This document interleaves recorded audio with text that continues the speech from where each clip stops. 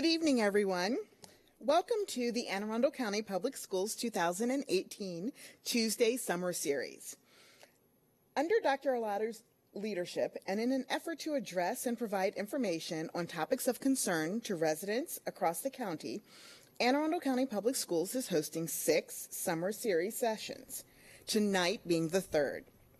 For programming purposes, our session will end no later than 7 o'clock. Please be advised that this session is being recorded, it is live, and will be posted on the website for public reference. Note cards like this one have been provided for you to write down questions pertaining to this evening's topic. Please complete the front as well as indicate your question or comment on the back.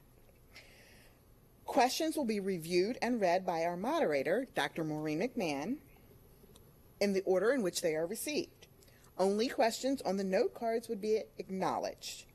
1 question per card, please. Please be advised that personnel and private issues can be discussed with staff at the conclusion of this meeting. This evening's session topic is the role of student services and the team in supporting the social, emotional, and physical needs of our students. This evening, Mr. Ryan Vogelin, Director of Student Services, will present along with Assistant Superintendent for Student Support Services, Ms. Sally Egan, and we're delighted to have our partner, Ms. Karen Siska, Director, School Health Services and Support, with us this evening as well. Thank you.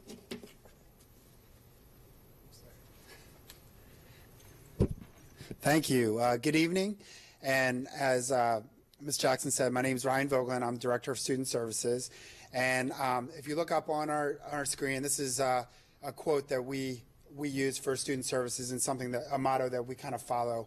And we really believe that together we are brilliant and that we are all about collaborating with other departments and collaborating with within central office, but also in the school system and the schools. Student services staff are working together to support students, but also working with administrators, with teachers, and with parents in the community. So that's our motto as you get to know what we do. So today, as Ms. Jackson said, we really want the community and parents to have a better understanding of the role of the student services team as it pertains to the social, emotional, and physical support of students. So that's not just central office, that's school-based teams and how we can support, how we do support students and families. And our mission at Student Services is really quite simple. We are supporting students in overcoming barriers to achieve school success. So that's really what we do every day. We are there to remove those social emotional barriers that kids may bring to school so they can be available for learning in the classroom and they can be as academically successful as possible. And our vision for getting there is, as I mentioned earlier, is just working collaboratively and working in coordinated teams to determine the supports that students need to overcome those barriers to success. So that might mean our school counselors, school psychologists, school social workers, PPWs, nurses working together, and also to support teachers, staff, parents, and the community. So that's our mission and vision. Ms. Egan's going to talk a little bit about the org chart for student support services. So Student Services is part of a larger organization, division in our school system. It's composed of alternative education, which is our charter schools, our alternative education sites, J. Albert Adams, Mary Moss, and Phoenix Academy. Safe and Early Schools, and they did a presentation last week, which now appears on our website if you have further questions about that. That's all about student discipline beyond the school setting. Student Services, which you're going to hear a lot about tonight, and CRASC. We're the only division that actually has students assigned to it. CRASC is Central Office Student Government. And our students are just a wonderful treasure that we have, and they remind us every day that we're here for the students. Thank you. So this is our org chart for student services. So we fall under student support services. So we're composed of psych services, so the Office of Psychological Services, which is school psychologists and school social workers. So we have a coordinator of psych services, and then we have one school psychologist resource staff, and we have a school psychologist who's assigned to every school building in the county. And they're essential when they play kind of a dual role. One aspect of their job is working with the special ed team to do assessments and to support that IEP process. But then another really important role that we also see is they have a lot of clinical knowledge, direct knowledge when it comes to supporting the social emotional needs of students. So they work directly with students, and they consult with teachers, work with parents and the community to make sure that students are available for learning. We have school counseling, which falls under student services. School counseling, we have over 200 school counselors in the county. We have 2 coordinators of school counseling. We have a coordinator of school counseling pre-K to 8, and we have a coordinator of school counseling for high school 9 to 12. And then we have one specialist who supports central office and that person is assigned to work with counselors at the school level to provide them assistance, support.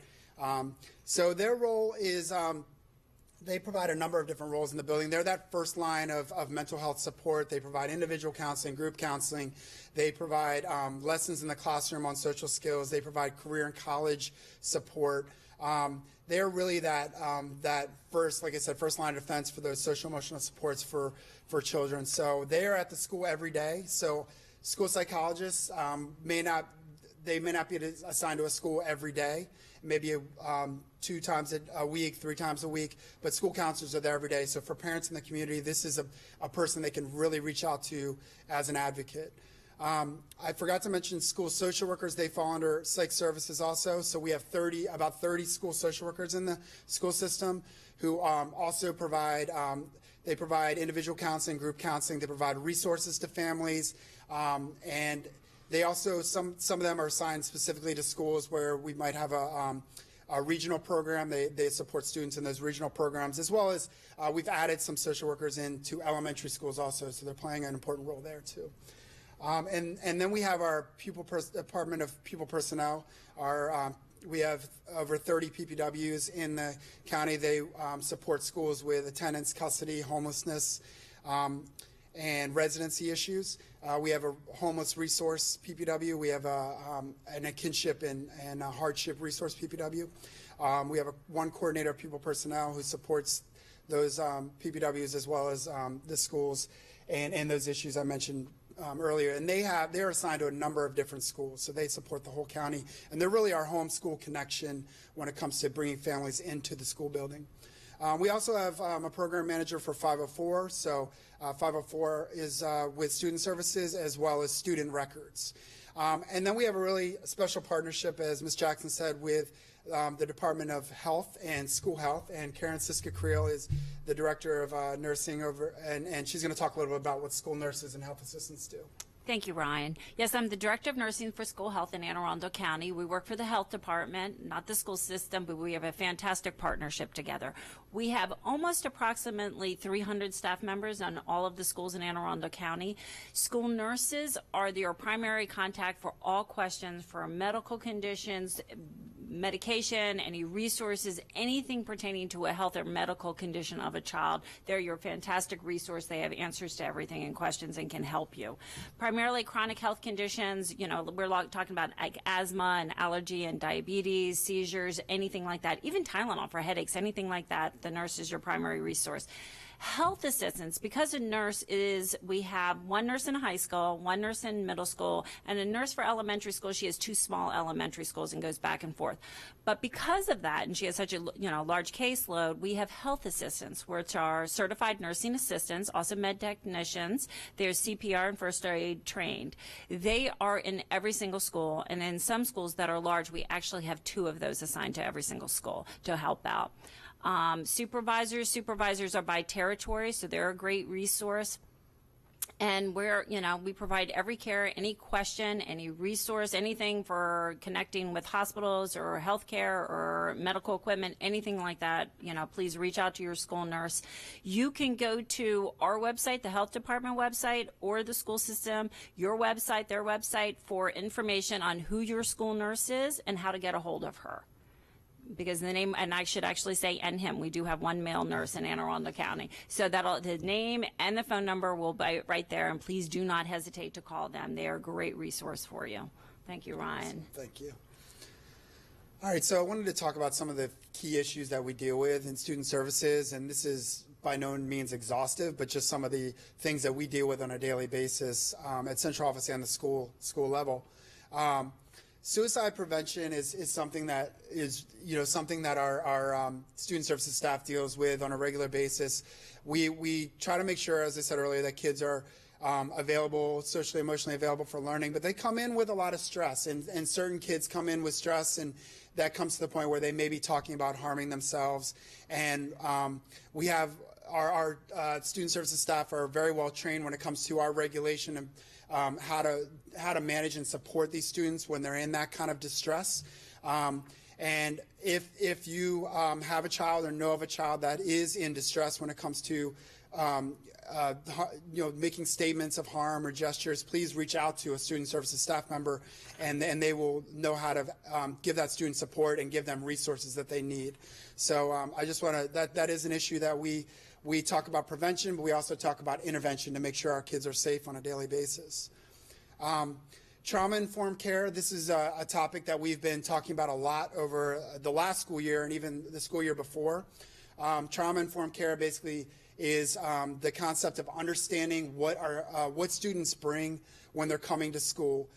Some of the potentially adverse experiences that they may have had in their life, and how, as educators, we can have that knowledge, that information, and treat those children in a way that's trauma-informed, that allows us to support them to be successful in school. Because as we know, every kid has a story, and every kid needs to be treated in a way that's going to allow them to be successful. So we've done a lot of professional development with our student services staff, with teachers, with administrators, with behavior interventionists on trauma-informed care. We continue this year. I'm scheduled to go to about 15 different schools at the beginning of the school year to continue talking about how to be trauma-informed and what it means to what can happen to a child when they've been exposed to trauma. So that's really a big topic for all student services.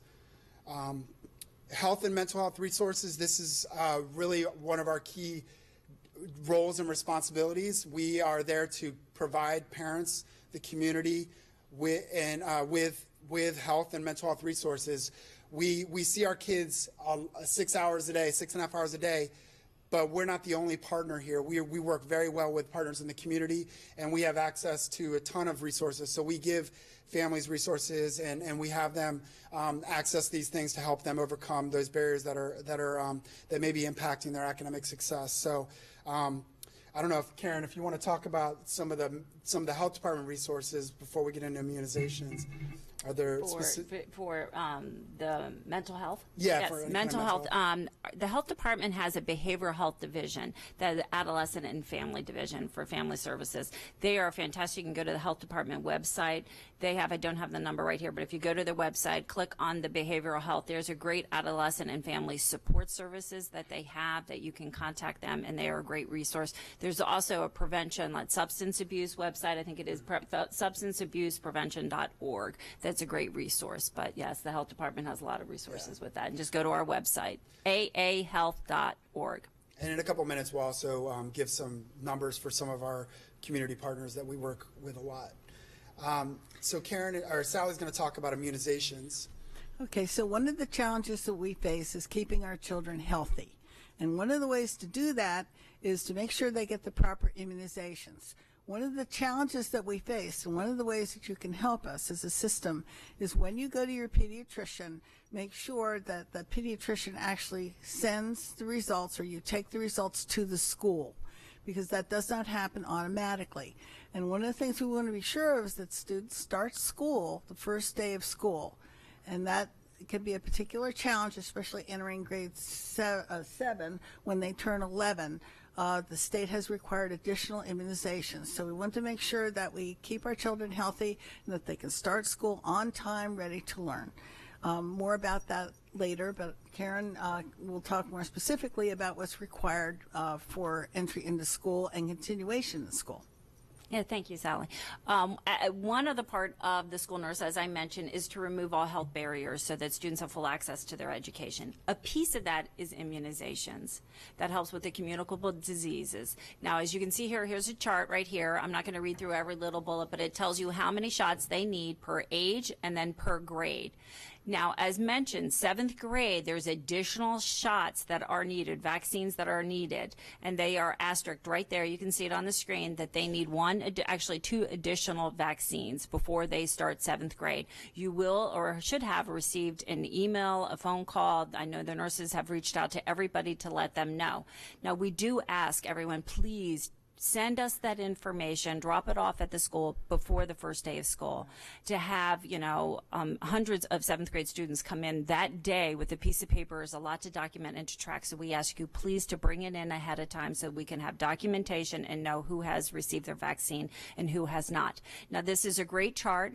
It is on our website, aahealth.org. It is also on the AACPS website. You can go here if you have any questions. The main office for school health, I'll give you the number. It's 410-222-6838. You can call there and we'll go through it. It's also on the Maryland State Department of Health website too. Thank you. Another key area or key issue that we work with as a team is trauma response. And unfortunately, we do have situations where a student or a staff member may pass away, and we have student services as a team that responds. We have a trauma team in each cluster of the county. So if there's a trauma in a certain part of the county, we'll call on another team to come and support that school. Our philosophy is that if a trauma occurs, the school-based mental health staff or student services staff is the best equipped to support that school and what they're going through. They know the students well, they know the staff, they know the community. We're there as a trauma response team to provide additional support as the school takes the lead. So we have all of our trauma, we do trainings every year on trauma response, and that's one of the key issues that we work with within our division.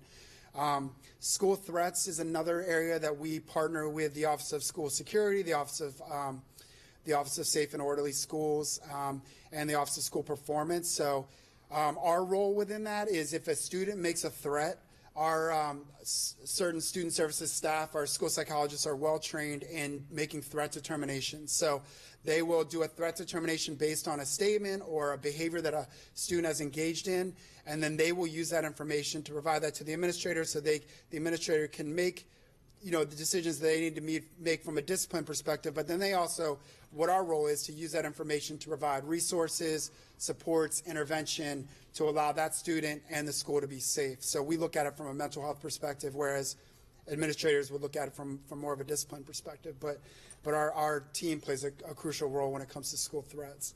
Homelessness, so we all of our student services staff, but especially our pupil personnel workers, support students and families who may find themselves in a homeless situation.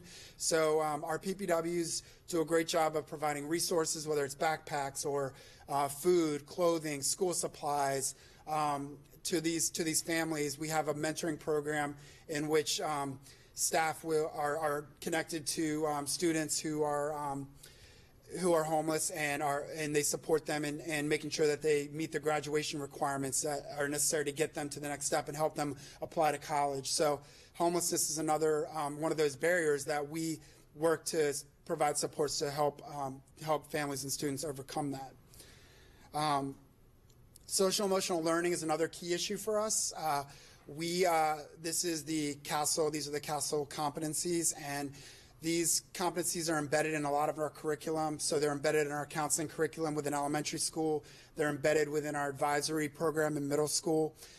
We have an advisory block that happens in all middle schools for about 30 to 45 minutes every day. And some of those lessons are devoted to social emotional learning as well as some other areas. And our counseling coordinators work to develop that curriculum. We also work closely with the office, with the curriculum instruction office to embed social emotional learning within content areas such as reading in elementary school, social studies, science, language arts. So social emotional learning, what we found is kids are able to best develop these skills if it's already embedded within curriculum rather than a standalone. We do some standalone at some schools. We do Second Step, which is a program that some schools use as like a morning meeting or a start to the day. But social emotional learning is something that we do support schools with. Truancy, so all student services staff as well as schools are responsible for making sure kids come to school every day. When it comes to kids that have missed a large number of days, our pupil personnel workers will be involved, and schools will work with them closely to help figure out with families what is causing the truancy. How can we provide supports to help you overcome the barriers to your child going to school? So we do a lot of work around truancy. We actually have a partnership with district court with one of the judges there, Judge Spencer, where we have a truancy docket where we bring families to court where the attendance is to the point where we've exhausted a lot of options, and Judge Spencer will work with the families to give them resources to figure out how we can help further overcome some of those barriers. Oops.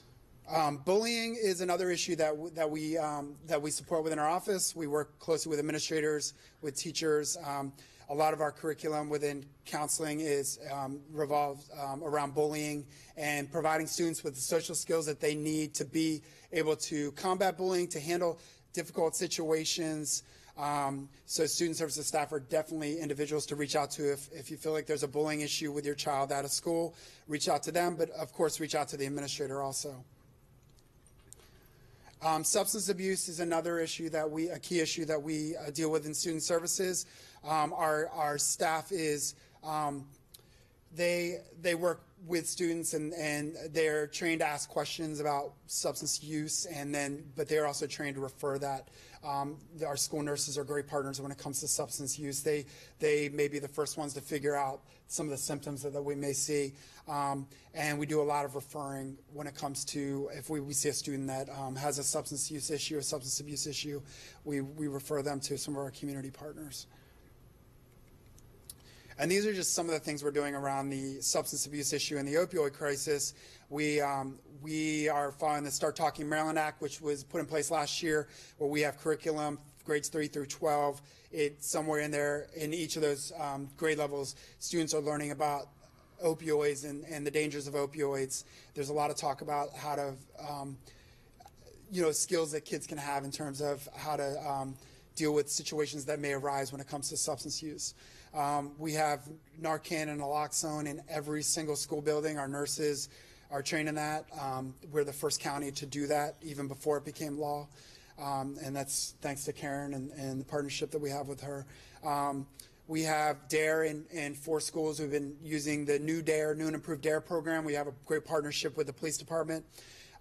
Karen's been talking to the athletic departments of all high schools and talking about prescription opioids and how that can be how that can end up being a gateway to further drug use, and what are some alternatives to using prescription opioids. We have Not My Child presentations that are sponsored by the county executive's office in many of our middle schools and high schools throughout the county. We are looking to start a program initiative with a partnership with the police department, Anne Arundel, Annapolis, and the state's attorney's office called Handle with Care, which will support students that have had situations where there may be drug use in the house and police involvement has been there. It's a trauma-informed approach. We have SAD chapters in many of our high schools, and I am a representative of our opioid intervention team for the county, which is a team that meets in the county, and we talk about what we're doing to support the opioid crisis or epidemic in the county. These are our community resources. These are just 6 of our community partners.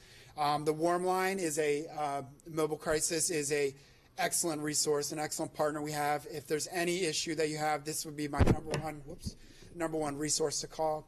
There's the number for the National Suicide Prevention Lifeline, the Anne Arundel County Health Department, Department of Social Services, the Police Department, and the Anne Arundel County Network of Care.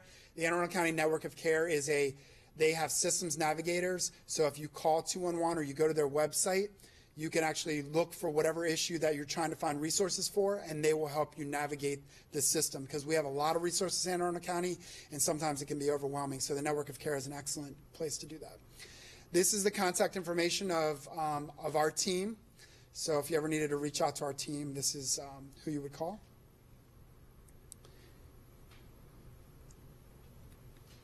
And any questions?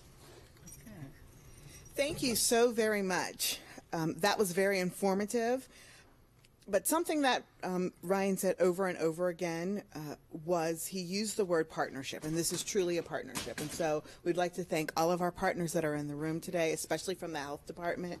We really appreciate your partnership because, as we say over and over again, it's not just a school's child, but they're our children. And Mr. Vogelin said at one point, you know, we educate them for the 6.5 hours a day, but when they go home, then there are still effects that we have to continue to work with so that our children are ready to learn. With that, some of you have given Dr. McMahon questions, and we're going to answer the questions. Again, we are going to exclude questions that may be personal in nature or have to do with personnel. We'll be more than happy to work with our school system staff or their health department staff that are here this evening to answer those specific questions. A reminder that Dr. McMahon will pose a question. Our team will answer the questions.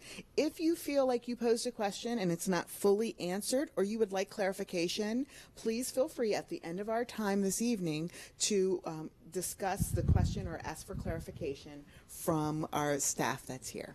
Dr. McMahon, thank you. Thank you. Mr. Vogelin, thank you. Ms. Siska, Ms. Egan, thank you very much tonight. I'd like to start with a question that's come from the audience about your trauma-informed response teams that come to the schools.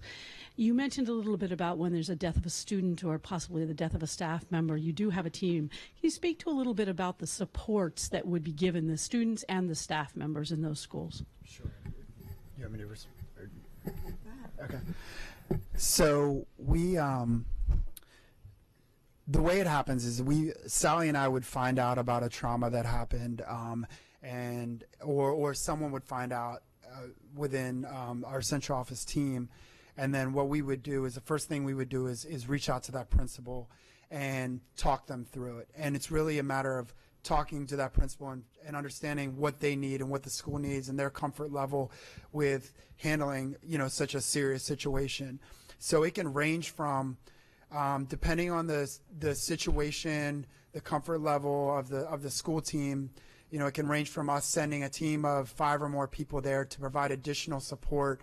And that might look like going into classrooms and talking to students about what happened, providing rooms, spaces where students can come and talk. That might be overflow rooms from when school-based, you know, staff is maybe overwhelmed with the response.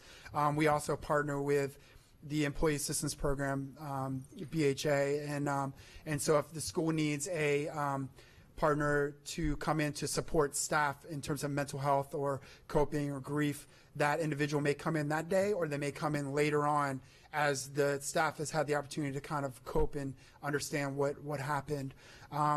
So it really depends on the situation, but we're there to provide whatever support that school needs, with the understanding that the school-based team is the one that we trust to be able to handle it, and they understand the students and the community the best, but sometimes they're so impacted that they can't do the work, so that's when we would also step in too. So. And then can you speak to a little bit? We also coordinate the communication to the community by Bob Mosher, who does a wonderful job of sending communications to the community and coordinating our efforts so that information gets out in a timely manner to parents. Thank you. That was my response. So let's talk a little bit about drug use and potential abuse. So this question comes from a stakeholder. If a child smells like marijuana and it's suspected that he or she is using drugs, is this treated, how is this initially treated in the schools when it's identified, if it is identified by a school personnel member? And is it related to, do we respond based on an emotional trauma that the child may be going through, or do we move towards drug use and abuse right away? I think what happens first, and I'll speak to the medical side of it, when we suspect a child is under the influence, we don't know unless they confess what they have done, what they're under. So they are brought to the health room so that they can get a medical assessment so we can be sure what is going on. Their vital signs, we assess them and determine the health status of a child. If the child vital signs are altered, then we will, depending upon what the vital sign is, we will either contact the parent or they will go out 911 and we will send them to the hospital to be evaluated. We don't have drug testing kits there, so we don't do anything like that. It's just based upon the symptoms of the child. If they're appear absolutely normal to us. We have no indication, very often, depending upon the situation, a parent will be contacted. The principal administration absolutely will be involved in it. Sometimes the school's resource officer, but if we at all suspect someone is under the influence and their behavior, their mental status, their vital signs are altered, we will advise medical treatment, or if it's an emergency, send them out 911. And I would say that's an important point, because certain medical conditions can look as if they are drug use when in fact they are not. Right. What happens as a result of the medical evaluation is, if it is found to be a substance, then the student code of conduct, which we talked about last week, will come into play, and that determines the level of drug use, whether or not they're in possession of drugs, whether or not they're distributing drugs. All of that is contained in terms of consequences in the Code of Student Conduct. And what the school-based administrators do is they look at the Code of Student Conduct, contact the parent, contact the police if necessary, depending on the level of the situation, and then that's how discipline is administered. Okay, thank you very much. This one talks about the differences between psychological care and school counseling. Can you talk a little bit about the criteria that you would use to differentiate the two and how one student would be? So you mean the difference between how a student may see a school psychologist as opposed to a school counselor? Yes. Good question. So a school psychologist, they have to have permission for us to see a student when it comes to in a counseling relationship. They can consult with teachers and parents and staff, but when it comes to actually having that counseling relationship, they end up getting permission. A counselor has access to supporting every student in the school. So unless a parent says, I don't want you to talk to the school, to talk to my child, a school counselor is going to be there to provide support for every student on their caseload or every student in that school building. That's their role. And so whereas a school psychologist, so they may get permission, whether if it's a student with an IEP, they may be focusing on goals, social emotional goals on that individualized education plan, and that may be the focus of their counseling sessions. But they also see students that don't have IEPs, so that would be something that what they would focus on in counseling sessions would be based on teacher input, staff input on the skills that they need to work on, as well as parent input. Counselors also they provide that individual counseling, but it may not be someone they see every week at the same time. It may be someone that they see on a crisis basis, or someone that they check in regularly in the classroom, or someone they pull down when they need to talk about something that's going on. So there's a lot of similarities, but there are some differences in the role.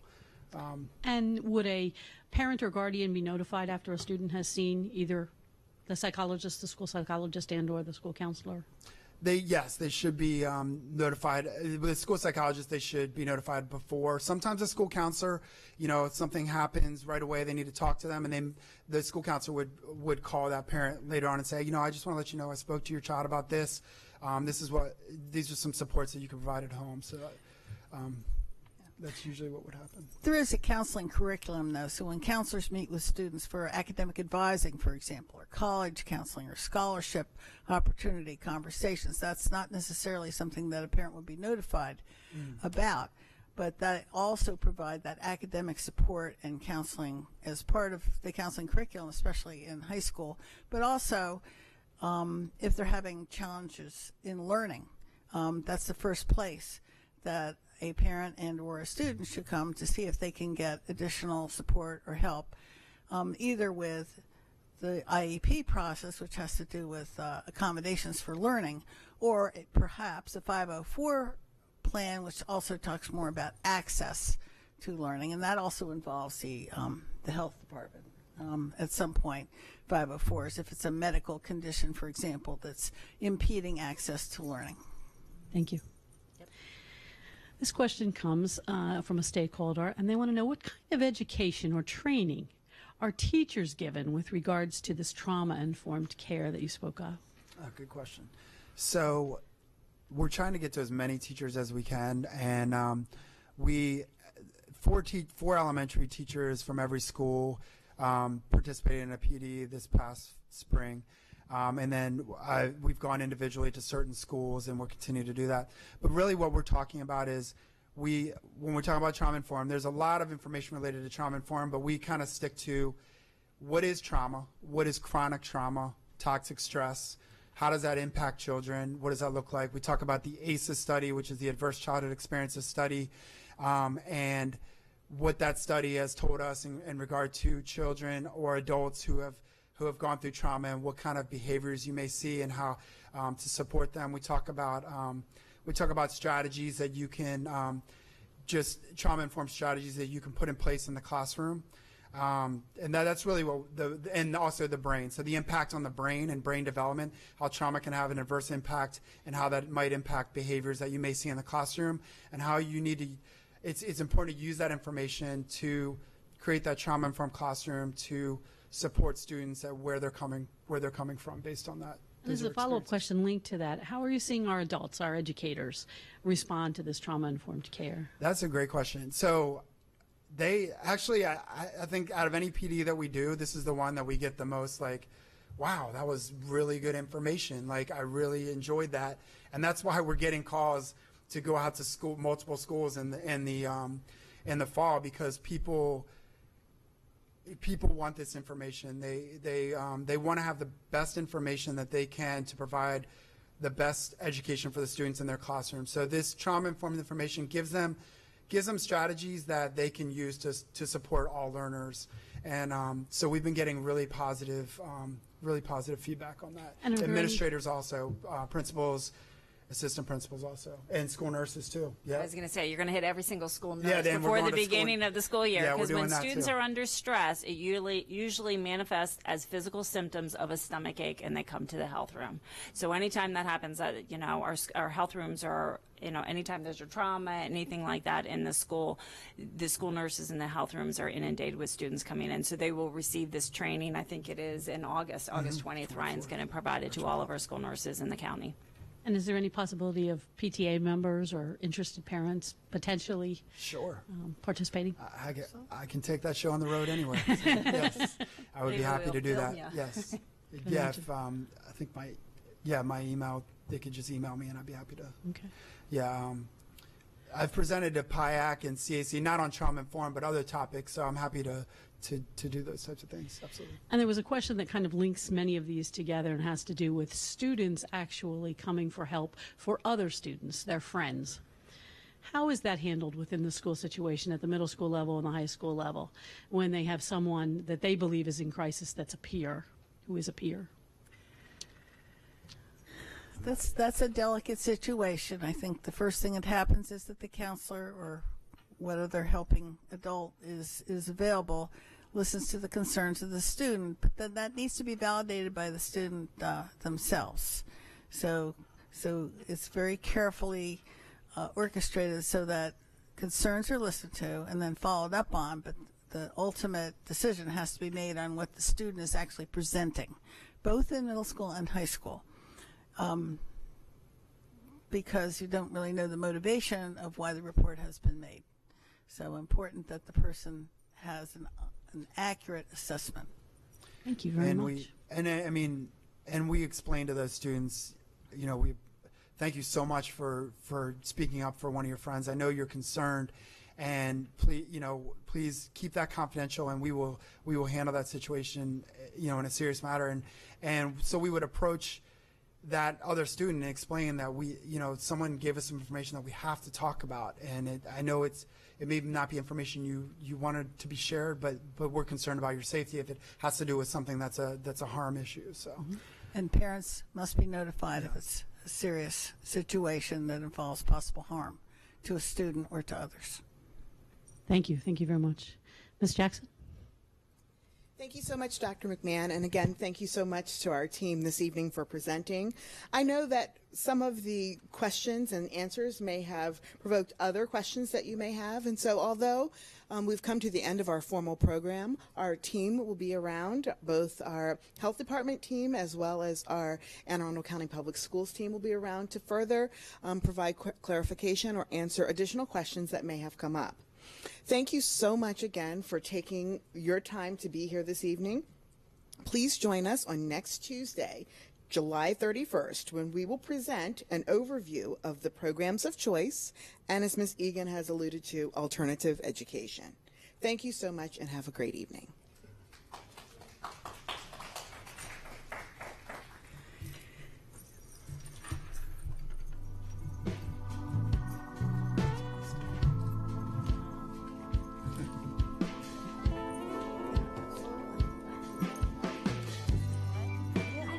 But this is good. I was surprised, but pleasant surprise.